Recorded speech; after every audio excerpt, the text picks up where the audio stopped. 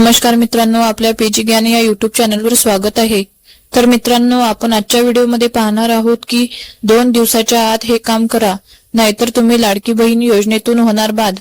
याबद्दल संपूर्ण सविस्तर अशी माहिती आपण आजच्या व्हिडिओमध्ये पाहणार आहोत। त्यापूर्वी चॅनलवर नवीन असाल तर चॅनलला सबस्क्राइब करा व बेल आयकॉनवर क्लिक करा, म्हणजेच आपल्या पुढील व्हिडिओचे अपडेट तुम्हाला मिळत राहील। तर मित्रांनो, वेळ वाया न घालवता व्हिडिओला सुरुवात करूया। लाडकी बहीण योजना, मुख्यमंत्री माझी लाडकी बहीण योजना राज्यातील महिलांसाठी सुरू केलेली सर्वात महत्त्वाकांक्षी योजना आहे। या योजनेअंतर्गत लाभार्थीला मिळालेले प्रति महिना 1500 रुपयाचा लाभ दिला जातो। या योजनेमध्ये सुमारे 2.5 कोटी लाभार्थी महिलांची संख्या सुरुवातीला होती। लाडकी बहीण योजनेमध्ये आता सध्या ई-केवायसी प्रक्रिया आहे, जोरावर चालू आहे। त्यामध्ये लाखो महिला या योजनेतून बाद पण झालेल्या आहेत।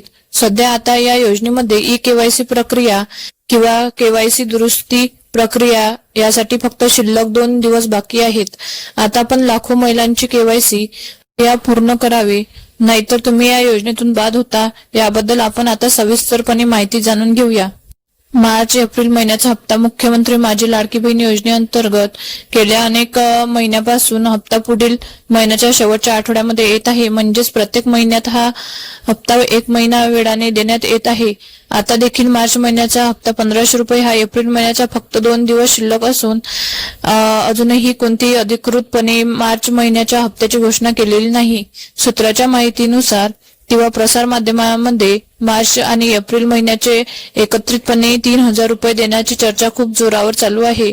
आता राज्य सरकार दोन्ही महिन्याचे 3000 रुपये एकत्रित देते का, याकडे पात्र लाभार्थी महिलांचे लक्ष लागले आहे। परंतु मार्च महिन्याचा हप्ता हा आता येईल त्या 2-1 दिवसांमध्ये देण्याची दाट शक्यता आहे। बघा, या लाडक्या बहिणींचा हप्ता होणार बंद। लाडकी बहीण योजनेच्या पात्र महिलांच्या लाभार्थी यादी बंद करण्यात आलेल्या आहेत।